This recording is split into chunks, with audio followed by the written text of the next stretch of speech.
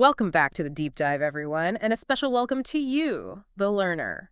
Today, we are getting into something that, honestly, totally shifts how I think about health. Oh, absolutely. It is a complete paradigm shift. Right, because, for so long, we've all been handed this very specific, very rigid calculator when it comes to our bodies. The whole calories in, calories out ledger. Exactly. The math is supposed to be incredibly simple, like the basic accounting. You just balance the ledger, subtract the calories, and boom, you reach your health goal. Yeah, which sounds great on paper. It sounds perfect, it's clean, it's predictable, but it completely ignores how your body actually works.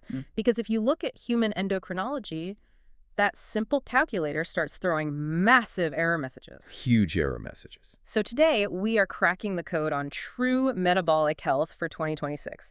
We're looking at this fascinating YouTube transcript from The Diary of a CEO featuring world-renowned metabolic and fat cell scientist Dr. Benjamin Bikman. Yeah, his research is it's groundbreaking. It really is. And we're going to explore why that old math problem is fundamentally flawed, why one specific hormone basically dictates your entire energy system, and how drinking a compound that literally tastes like caustic hair bleach might actually lower your blood pressure. Which is still wild to me.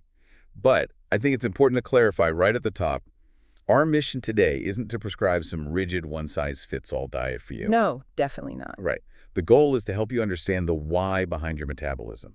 I want to shift the focus from, starving the body to properly signaling the body's cells. Because that thermodynamic illusion, the whole eat less, move more thing, it's been around for, what, 60 years? Yeah, roughly 60 years. Yeah. It's this purely calorie-centric paradigm. But treating the human body like a closed-system furnace totally ignores biology. Because calorie restriction alone leads to one inevitable outcome. Hunger. Crushing physiological hunger. And biologically speaking, hunger always wins. Always. I mean, think about those extreme weight loss game shows on TV. Oh, that's the perfect example. You see these contestants lose staggering amounts of weight through just brutal calorie deprivation. Right, running on treadmills for hours while eating nothing. Exactly. But almost all of them gain it back. And people think, oh, they just lack willpower. Which is so unfair. It really is, because they aren't failing due to a lack of willpower. Their metabolic rate has literally plummeted, and their hormones are screaming at them to eat. So if your strategy doesn't address that hormonal environment, you're basically just dragging these heavy chains of hunger around until your biology finally forces you to collapse. Precisely. You have to fix the environment. Okay, so if balancing the calorie ledger isn't the primary lever you should pull, what is? Because the research points directly to insulin. Yes, insulin is the key. But we usually just think of insulin as the blood sugar manager, right? Like, you eat a donut, insulin deals with the sugar. Right, but Bikman frames it as the one metabolic hormone to rule them all. Think of insulin as a master switch that tells every single cell in your body what to do with energy. And its main directive is storage, isn't it? Yes. When insulin levels are high, it aggressively orders your body to take calories out of the bloodstream and lock them away. Like putting them in a vault. Exactly, locking them in your fat cells or your liver. And to ensure that energy gets stored rather than burned, insulin literally slows down your overall metabolic engine. It puts a hard stop on fat burning. Which leads to this concept that I found totally mind-blowing. The brain starvation paradox. Oh, this is fascinating. It completely flips how we understand hunger. So the source highlights these studies where people ate isocaloric meals. Meaning the exact same number of calories. Right, same calories but entirely different macro makeups. So one meal was high carbohydrate, which severely spikes insulin, and the other was low carb, high fat, which keeps insulin quiet. And the physiological divergence there is just profound. When you eat that high carb, insulin spiking meal, your body follows orders. It pulls the energy out of your blood and securely locks it in your fat tissue. But the brain doesn't have a big local fat reservoir, right? No, it doesn't. It relies entirely on the energy that is currently circulating in your bloodstream. So because insulin has simultaneously dropped your blood sugar and stopped your liver from making any alternative fuels, your brain suddenly finds itself without a fuel source. Okay, think about it like this. Imagine your body is a smartphone. The battery icon says 100%, which represents your stored body fat. You have plenty of power. Plenty of power to get through the day. Right. But high insulin is like this glitchy operating system that physically won't let your apps access that battery power. I love that analogy. So your brain thinks the phone is dying. It senses critically low energy in the blood and just screams at you to plug it in. It triggers this intense, uncontrollable hunger just a couple of hours after you ate a massive meal. Yeah, you could have 1 million calories stored on your body in fat cells, but because insulin is elevated, your brain is actively chemically starving. Wow. And this phenomenon is so mechanically powerful, we actually see it play out in type 1 diabetics who don't produce their own insulin. Yeah. Oh, right, because they don't have the storage key. Exactly. They can consume tens of thousands of calories, and it is physically impossible for them to get fat. Without insulin acting as the key to unlock the fat cells for storage, the energy just sloshes around in the blood until it gets excreted. And the source mentions that some people tragically abuse this, right? Yeah. Sadly, some individuals deliberately underdose their prescribed insulin so they can eat whatever they want and remain dangerously thin. It's a disastrous, life-threatening choice, Absolutely. but it perfectly proves the underlying mechanism. Yeah. Insulin, not the calorie, is the absolute gatekeeper of your fat tissue. So if we want to shrink our fat cells, the biochemical mandate for you as a listener is super clear. You have to lower your insulin. You have to turn off the switch. And when insulin drops, say after about 16 hours of fasting or restricting carbohydrates, the fat cells undergo this mechanical process called lipolysis. Right, they literally break open and send their stored fat straight to the liver. And the liver is kind of like the soccer mom of nutrient metabolism. That's a great way to put it. It coordinates where all the fuel goes. Yeah. And when insulin is low, that logistics manager realizes the storage warehouses are closed. It isn't allowed to store that incoming fat, so it's forced to burn it. And because it's burning such a massive volume of fat, it creates a powerful metabolic byproduct, which are ketones. Ketones, which are so fascinating because they get treated like this trendy fad diet buzzword, but clinically, they are actually the brain's preferred fuel. They really are. And there's a striking medical history here. Yeah, ketogenic diets have been used since childhood to treat people with severe neurological conditions. We're talking epilepsy, Alzheimer's, even bipolar disorder. The central nervous system fundamentally thrives when it's running on ketones. And the benefits extend far beyond the brain. The heart is actually the second biggest consumer of ketones in the body. Which brings us to that pig heart study. Oh, this study is incredible. So they looked at pig hearts, which are anatomically very similar to human hearts. Researchers infused the cardiovascular system with a specific type of ketone called LBHB. And what happened? Instantly, the heart was able to pump 40% more blood with every single beat. Wait, 40%? That is massive. And the wild part is that the heart wasn't working harder or beating faster to achieve that volume. Not at all. It all comes down to vasodilation. The ketone physically caused the great arteries, like the aorta, to expand. Okay. By widening the vessels, it drastically reduced the resistance the heart had to pump against. It's like turning a narrow garden hose into a fire hose. Exactly. It allowed the heart to move massive amounts of blood effortlessly. Which perfectly explains that crazy story from Dr. Bikman. He was dealing with intense stress, really poor sleep, and his blood pressure spiked to a concerning 139/90. Right, which is unusually high for him. So he takes a shot of pure, unflavored LBHB ketone ester, which, by the way, is notoriously foul. Like, it burns, it's bitter, it tastes like hair bleach. Just awful stuff to drink. But within an hour, his blood pressure plummeted to a perfect 110/70. It is a staggering real-world application of that exact vasodilation mechanism we saw in the pig hearts. Okay, but hold on. I have to push back on this a little bit. Sure, go for it. If the whole point of this metabolic approach is for you to burn your own stored body fat to create these ketones, isn't drinking a shot of lab-made exogenous ketones basically cheating? Cheating how? Like, isn't it pouring a bucket of sweat on yourself and claiming you just worked out? Does consuming them actually fix your underlying metabolic machinery, or is it just a temporary chemical hack? That is such a good question, and that tension right there reveals the dual nature of ketones. They are not just a passive energy source waiting to be burned. Okay. They are actually incredibly potent signaling molecules. Interesting. Yeah, when beta-hydroxybutyrate, or BHB, enters your bloodstream, whether you made it internally or drank it from a bottle, it binds to specific receptors on the outside of your cells. It acts just like a hormone. So it's actively commanding the body to do something. Yes. It commands the body to reduce cellular inflammation, dilate those blood vessels, and even turn down anxiety signals in the brain. Oh, wow. So while drinking them doesn't mean you magically burned your own fat, the signaling cascade, like that massive drop in blood pressure, Huh. is a very real physiological response. Exactly. It's not a shortcut to fat loss, but it is a powerful physiological tool. Okay, so lowering insulin and generating ketones creates this powerful, efficient state. But biology demands context, right? Always. Does this mechanism work the same way for everyone? Like, specifically, is a rigid, low-carb approach uniquely stressful for women? Because you hear that a lot. You do hear that, and we have to look at the different biological landscapes here. Yeah. Bikman uses a brilliant metaphor for this. He says male hormones are essentially a simple barbershop quartet. A barbershop quartet? Yeah, it's a nice tune, but it's very steady, very predictable day in and day out. Female hormones, however, are a complex 200-piece orchestra. Which makes sense. Right. A woman's reproductive cycle entirely dictates her metabolic flexibility at any given moment. So during the first half of the cycle, the follicular phase, estrogen is climbing and progesterone remains low. And chemically, estrogen promotes fat oxidation.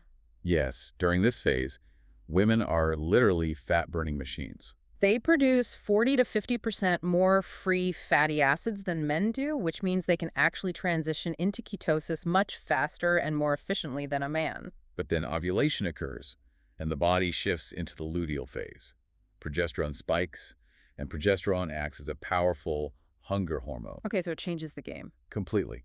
It slightly raises the body's core temperature and metabolic demand, which chemically drives up hunger signals. So fasting or maintaining strict ketosis becomes significantly biologically harder. Because that internal orchestra is playing a totally different tune. Exactly. It's prioritizing energy intake for potential reproduction. Yet, despite those shifting demands, this prevailing myth that keto is inherently harmful or systemically stressful to women is completely dismantled by the data. Yeah, the UK study by Dr. Isabella Cooper is huge here. Right.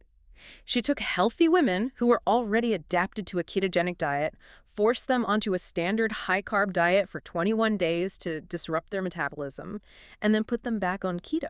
And they meticulously tracked cortisol, the body's primary stress hormone, across all of those dramatic dietary shifts. And what did they find? The results showed an absolute flatline. There was no statistically significant increase in cortisol when the women transitioned back into ketosis. None at all. None. It thoroughly debunked the narrative that low-carb diets throw the female body into a unique state of physiological panic. Think about how empowering this is for you as a listener. Instead of fighting your biology because some rigid diet book tells you to force a specific protocol every single day, what if you periodized your nutrition to match your internal orchestra? That is the key. Why do we expect our daily fuel needs to be perfectly static when our hormonal landscape is entirely dynamic? Exactly. You can lean into deep fat burning when your estrogen is priming your body for it, and you can give yourself grace and healthy carbs when progesterone is driving hunger. That kind of dynamic adaptability is the ultimate hallmark of true metabolic health. And, Bikman actually outlines what a perfectly adapted metabolic day looks like for him, optimized for longevity, and keeping that insulin switch turned off. Right. Let's get into his daily protocol. It starts incredibly early with a fasted, weighted walk, a ruck, followed immediately by a freezing ice bath. I shiver just thinking about it. But the mechanism behind that morning shock is all about the circadian rhythm. How so? Well, in the winter months, when the sun rises late and you don't have natural light to wake up your brain, the extreme cold of the ice bath provides this massive jolt of adrenaline and noradrenaline.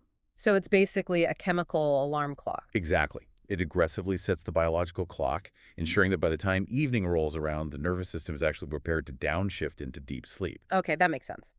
Then, after the ice bath, he skips breakfast entirely, relying on yerba mate tea, which acts as a natural appetite suppressant. And around midday, he does a brief, intense resistance workout while still completely fasted, followed by a massive lunch heavy on protein and fat. The fasted exercise is a critical lever here. If your goal is longevity and insulin sensitivity, not necessarily winning an Olympic medal, exercising in a fasted state forces your muscle tissue to rely heavily on its stored fat. It's demanding that fuel. Yeah, and more importantly, it upregulates the glucose receptors in your muscles, massively improving how efficiently your body clears sugar from the blood when you finally do eat later in the day. So he wraps up with an early, socially normal dinner with his family. But his absolute non-negotiable golden rule is this: stop snacking in the evening. Going to bed after eating a bunch of carbohydrates is a physiological disaster. It really is. If we track the nervous system cascade, it makes perfect sense. When you eat a late-night sugary snack, your blood glucose spikes. Right. In response, your body dumps a huge amount of insulin to clear it, which causes your blood sugar to crash below baseline. You become mildly hypoglycemic. And the brain does not like that. No, it interprets hypoglycemia as a life-threatening emergency, a literal famine state. So it instantly triggers this sympathetic nervous system, which is your fight-or-flight response. We've all experienced this cascade. You eat a couple of cookies at 9 p.m., and by midnight, you are lying wide awake in bed. Your heart is pounding, you're sweating, your mind is racing with anxiety. Yep, the cookie crash. And it's all because your brain is reacting to a cookie crash with the exact same chemical panic as if you were being chased by a predator in the dark. It's intense. You desperately need your parasympathetic nervous system, the rest and digest mode, to be active so you can sleep. But that late-night insulin spike completely sabotages the chemical switch. And that late-night sympathetic panic destroys your deep sleep architecture, which leads to a brain that is chronically sleep-deprived. And when that happens, its fundamental energy currency, a molecule called ATP, gets severely depleted. Which brings us to a highly surprising intervention for cognitive rescue. Creatine. Yes, creatine. We normally associate creatine strictly with gym bros trying to build massive biceps, right? But the latest neuro research focuses entirely on the brain. It's wild. When sleep-deprived individuals were given 10 to 15 grams of creatine, which is a dose significantly higher than the standard muscle-building recommendation, their cognitive function was completely rescued. Because the creatine physically crosses the blood-brain barrier. Exactly. It directly recycles the depleted ATP in your brain cells, giving them the raw energy they need to function despite the lack of sleep. It's an incredibly potent tool for mental clarity. But while creatine serves as a functional rescue, we also have to look at the dark side of supplementation. Right, the B vitamins warning. There's a massive warning regarding something most of us assume is universally healthy. The mechanism here is wild. So if you look at the livestock industry, farmers want cattle to get as fat as possible, as cheaply as possible. Makes sense for them. Normally, it takes about 6 pounds of standard feed to generate 1 pound of animal growth. But when they pump that feed full of complex B vitamins, the metabolic ratio plummets to 2 pounds of feed for 1 pound of growth. They effectively triple the fat storing efficiency of the animal. Yes, and this fundamentally challenges how we view our modern fortified food supply. We are constantly sold the marketing line that B vitamins boost your metabolism, and they are synthetically pumped into almost every processed flour, cereal, and energy drink on the market. But biologically speaking, making a cell highly efficient means it is incredibly good at trapping and storing energy. Which is the opposite of what you want if you're trying to lose weight. Exactly. If you are trying to lose weight and shrink your fat cells, you actually want an inefficient metabolism. You want an engine that revs high but sits in neutral, just burning off fuel as heat without storing it. If we are constantly consuming hyper-fortified foods explicitly designed to make our cellular engines run at peak efficiency, we are inadvertently turning our own bodies into highly efficient, fat-storing feedlots. It completely destroys the supplement industry's basic promise of boosting metabolism for weight loss. It really shifts the paradigm, and, it leads us directly into the most aggressive interventions people are using today when their metabolism is broken. You're talking about the explosion of GLP-1 weight loss drugs, like Ozempic. Yes. We have to impartially analyze the mechanism here. These drugs absolutely work, but they do it by chemically paralyzing the intestines, sometimes keeping decaying food in your stomach for 24 hours, and simultaneously altering the neural signals in your brain to kill carbohydrate cravings. But the data reveals severe diminishing returns. The clinical timeline is really striking. What happens over time? Well, for the first 6 months, the psychological cravings for sweets plummet. But studies show that by the 2-year mark, those exact same cravings creep right back up to baseline. So the brain just gets used to it. Yes, the brain simply habituates and becomes deaf to the artificial hormone signal. This habituation is exactly why 70% of users in the US and UK quit the drug within 2 years. The therapeutic effects fade, but the constant low-grade nausea remains. And the physical toll of that gastrointestinal paralysis is severe. Up to 40% of the massive weight lost on these drugs isn't fat. It's lean muscle mass and vital bone density. Because the gut is so paralyzed, patients simply cannot absorb adequate protein or nutrients. The body goes into a catabolic state, literally eating its own muscle and bone architecture to survive the pharmaceutical famine. Think about a 60-year-old woman taking this drug. She loses 40 pounds, then goes off it. Her fat will almost certainly return, but that lost bone density might be gone forever, setting her up for catastrophic fractures. Which is precisely why the clinical focus is shifting to a completely different protocol, microdosing. How does that work? Instead of staying on a massive gut-paralyzing dose forever, the data suggests running a 90-day cycle of a very low dose. You use just enough of the drug to quiet the psychological food noise in the brain, without inducing the extreme gastrointestinal paralysis that causes the muscle wasting. So it's treating the medication as a temporary bridge to behavioral change, rather than a permanent metabolic crutch. Exactly. It gives you the psychological breathing room to establish a strict, sustainable low-carb habit, and then you taper off the drug entirely. Speaking of how deeply context matters, there is a massive blinking safety warning about the ketogenic diet itself in the source material. It proves we cannot treat dietary rules as absolute religion. Yes, the broader scientific context here involves a controversial but compelling theory pioneered by Dr. Thomas Seyfried. He suggests that cancer is fundamentally a metabolic mitochondrial disease driven by glucose fermentation. Right. And under that framework, aggressively starving the body of glucose via a ketogenic diet is being actively explored as a powerful adjunct therapy to weaken tumor cells. But the metabolic landscape is incredibly complex, and there's a real-life cautionary tale here. The story of Mrs. L. Yes, Mrs. L's husband attempted a strict ketogenic diet.